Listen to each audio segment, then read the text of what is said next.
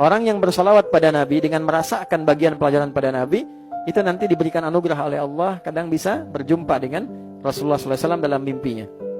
Gunakan iman itu untuk mencintai Nabi. Bagaimana caranya?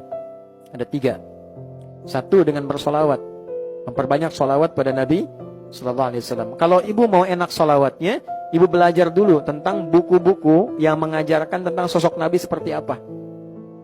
Ya kan? Nanti dijelaskan Nabi itu perawakannya tidak terlampau tinggi, tidak juga terlampau pendek, sedang tapi sangat ideal.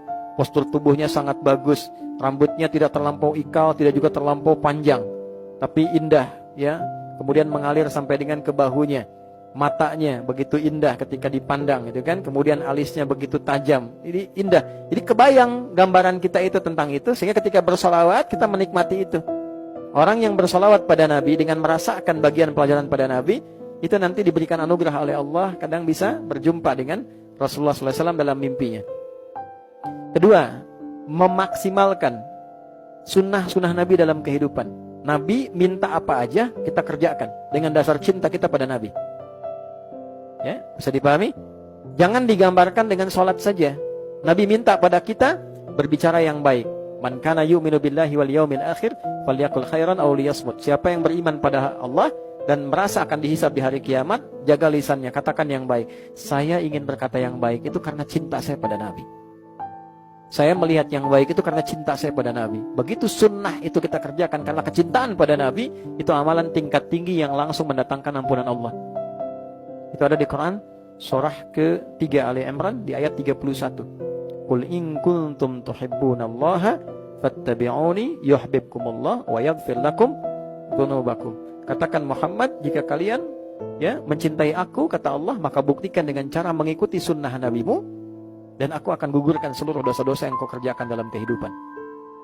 Yang ketiga, bersedekah karena cintanya pada Nabi. Itu berpeluang menggugurkan dosa. Bahkan, ini agak tajam kalimatnya ya, bahkan ada yang masuk neraka diringankan siksanya di neraka. Tapi maaf ya, jangan disimpulkan keliru, seringan-ringannya tetap neraka gitu ya. Diringankan siksanya di neraka itu karena pernah bersedekah atas nama Nabi, kecintaannya pada Nabi. Siapa dia? Abu Lahab. Saat Nabi lahir di hari Senin, ya kan? Lahir Nabi, saking senangnya dia sedekah dengan bebaskan budaknya, Suwaibah. Dibebaskan oleh beliau karena senangnya keponakannya lahir sebelum diangkat jadi Nabi itu.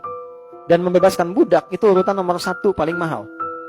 Ya, jadi kalau misalnya pengen sedekah biasa, ya dengan kambing. Lebih besar dengan unta. Di atas itu membebaskan budak. Itu tingkat paling tinggi. Abu Lahab melakukan itu. Jadi ada riwayat mengatakan setiap hari Senin diringankan siksanya untuk Abu Lahab itu karena pernah merasa bahagia dengan lahirnya Nabi. Itu hadisnya sahih. Ya, diringankan itu keadaannya. Jadi saling menguatkan di antara syawahidnya. Makanya ada yang mengatakan bahwa ketika kita bersedekah karena kegembiraan kita pada Nabi, senang dengan Nabi, nah itu memberikan satu syafaat tertentu pada kehidupan kita, baik dunia ataupun akhirat. Saya berikan gambaran sederhana begini, Bu. Nah, 3 ini nanti kita praktekkan ya, insyaAllah. Ada orang Baduy, orang Arab Baduy.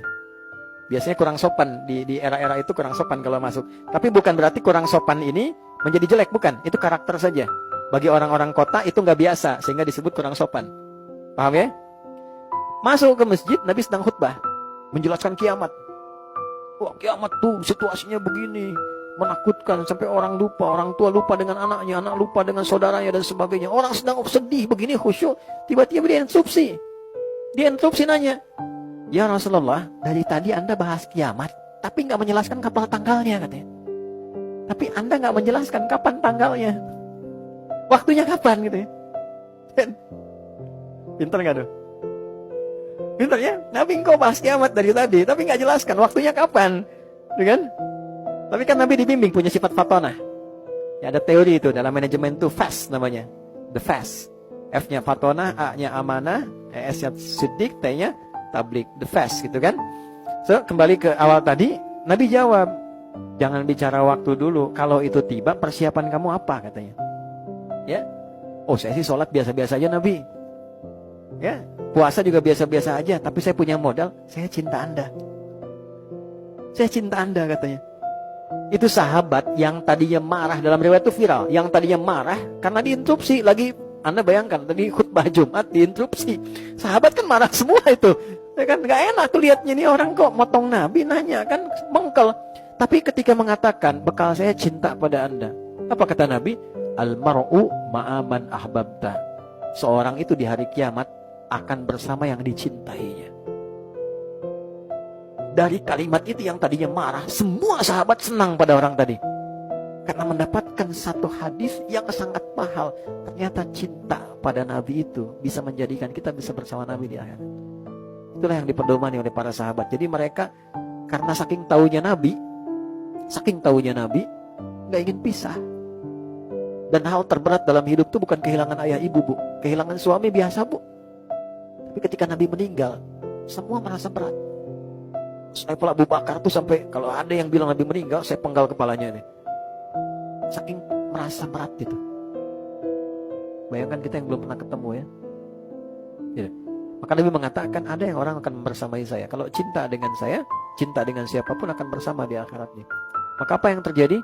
Dari sejak saat itu mereka beramal untuk mencintai Nabi. Tapi yang paling ajaib apa? Istimewanya. Tiba-tiba Nabi bilang ashtaqu bi ikhwani. Yang saya rindukan itu saudara-saudara saya. Sahabat berkata, alasna ikhwanak, bukankah kami saudaramu ya Rasulullah? Bukan, kata Nabi.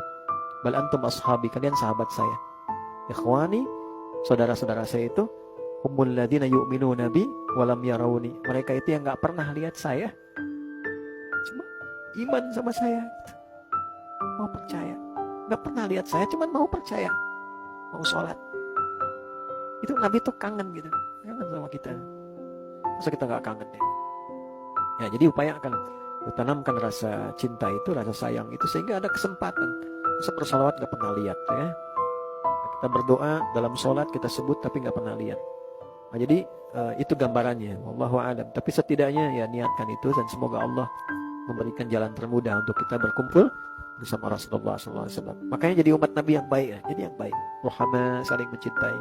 Jadi orang tuh gak harus dengan apa ya? Ya lihat dengan cara pandang kasih sayang Nabi ngajarin kita lah. Ya, kalau sudah seperti itu hati kita juga lapang. Saling menyayangi orang.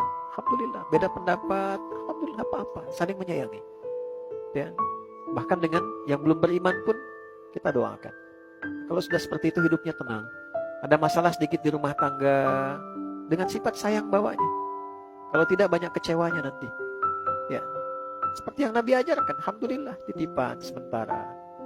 Ya, balas dengan, walaupun itu tidak mudah, sepanjang hidup masalah akan selalu ada, dan masalah itu mengkonfirmasi kebenaran ujian dan ikhtiar kita untuk beribadah kepada Allah Subhanahu wa taala. Kalau nggak ada masalah, kita nggak kenal sabar, nggak kenal jujur, nggak kenal ibadah, ya, nggak kenal tariqah untuk menyembah Allah. Justru dengan adanya masalah itu dihadirkan segenap kebaikan untuk kehidupan kita semua.